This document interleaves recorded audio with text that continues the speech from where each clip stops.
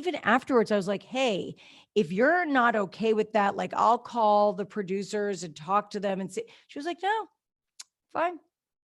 Right. Like that makes sense. I mean, at that age, like if she wasn't, I was like, why is that on camera? You could have probably called and had a talk with someone. I guess, but it didn't go in that direction. But you know, what's so ridiculous about Tamra saying that is that, you know, I mean, clearly that means there are people out there that's what they do, right? They parade their children around. They make up storylines. They manufacture storylines, all of this stuff. I don't do that. My brain would never work in that direction. Right. I'm just curious, as a gay man, like, did you know, I mean, not before, but like, did you know that your children were like bisexual, lesbian before they even told you, like not came out, just had a conversation? I mean, not that you sit around, I mean, you're a mother, you obviously think of things in your children's lives. Yeah. With Max, a little bit, like I wasn't surprised, but I didn't really think about it. I was surprised with Kat because Kat, yeah, she was boy crazy for a while. I mean, like crazy boy crazy when she was like 12, 11, 10, I don't know, boy crazy. And so then she went through a period of exploration where she was talking about, you know, all different kinds of pansexuality, like all the, and she's the one that taught me non-binary and all these terms and all these things that I didn't grow up with. I didn't know, new concepts for me.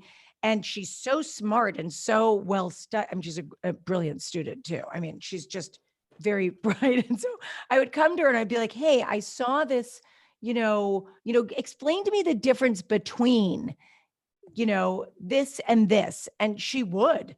And so it was really, I got such an education from her. That's why I think I even said it. I can't remember. I think I said in that scene, I think I said, I've learned so much from you because with Kat, I didn't know.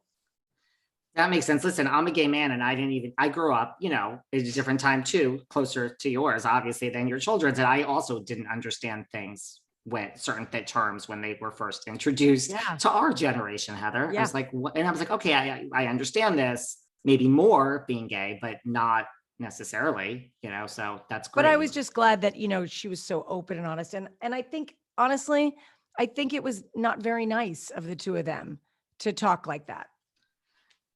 It's not. I mean, do you think ex-housewives that are not currently, I mean, you're always a housewife, maybe you'll be back. Do you think housewives that are not on the show anymore should just not talk about it? Look, I think that post-housewives, you have to find your lane, right?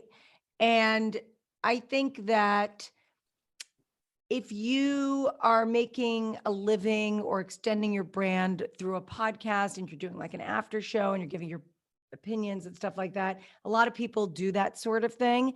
And that I get. I think if you're trying to make a living off of poaching on former castmates and, just spreading hate and vitriol, I have no time for that. And that's not a great lane to be in. When you say and that, I'm not talking about Tamra. I was just going to say, I assume you're talking about another ex-cast member of yours. But I mean, that I find pathetic. That makes sense. Now that you're back in our lives, I mean, are you happy you came back? Are you happy that you were part of the season? I mean, it's such a double-edged sword. I'll tell you that I'm super grateful for the platform. And it was not an easy season for many reasons. And, but I'll say like those scenes with the kids, I would say I would have done it again. That makes a lot of sense. And you have no regrets from this season, or do you have any regrets? Yeah, of course. No one's perfect. Of course I regret things, but that's what the reunion is for. That is what the reunion is for. How is Terry doing these days? And does he still watch himself on Botched each week when it's on? He watches himself on a loop on Botched. He's great. He's fantastic. We were just, we were in New York doing press and we were there for Valentine's Day and we had a great time. And then we took a couple of the kids to Aspen and did a little snow. 2 of our kids hate snow, 2 love snow. So we went and did that. And now we're back. You are back. Well, as we wrap up, you say we are going to see a lot of stuff as we end the season, authentic connections. It ends in a way we've never seen, sets it up for next season. We have this reunion. Listen, if I were in Vegas and I was going to put the money down on like the red chip, I would say, you're going to be asked back, Heather. So, I assume you're going to definitely sign on that dotted line when that contract is put in front of you. I mean, let's see what happens. Let's see how the reunion goes. Let's see. And you never know. You never know. By the way, you met my buddy, Eric Vitro was here recently, right? Did he call? Yes, he was here. Did he call you and tell you that? Because we were just doing this talk and I was like, yes, you've worked with Ariana Grande and this one and Camila Cabello and Chavez. I was like, we can talk about that, but I need to talk to you about Heather Dubrow because I see her on your website. And so, I mean, what? Like, explain this to me. And then he explained that he worked with you. And then did he call you afterwards? Because he says he was going to call you afterwards. He did. He's the loveliest guy, isn't he? Amazing. Loved. He's the best. I was like, I think when he realized just how housed this podcast was in Housewives, he was like, let me call Heather and just make sure she's okay. That I was like, it was a lovely, beautiful story. Like, it's okay. I just, you see all these people, and I think he worked with like Bette Midler. And I was like, we can talk about Bette Midler later. I'd like to talk about Heather Dubrow right now. He's worked with everyone. I'm nobody. He's worked with every top musician on the planet. It's crazy. The stories this man has, and his name is Eric Vitro, and he's got a podcast. Oh, do you know the name of his podcast? I will share it when this comes out. I forgot what it was. Okay. And so, I forget. But he's got the most amazing stories, and he's so talented, and he's the best guy ever.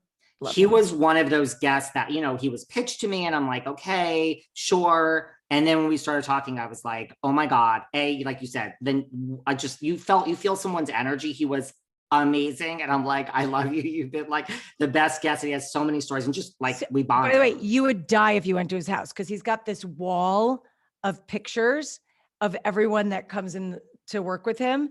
And it's everyone. It's just everyone.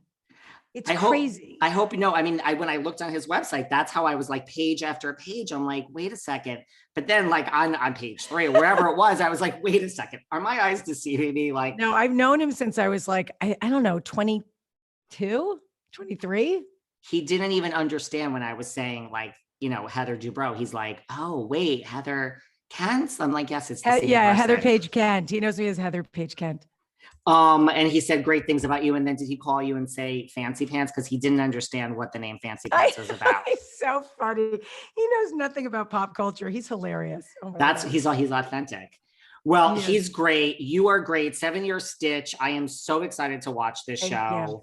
Listen, say hi to Terry and come back, Heather. You got to come back. Like, this has been great.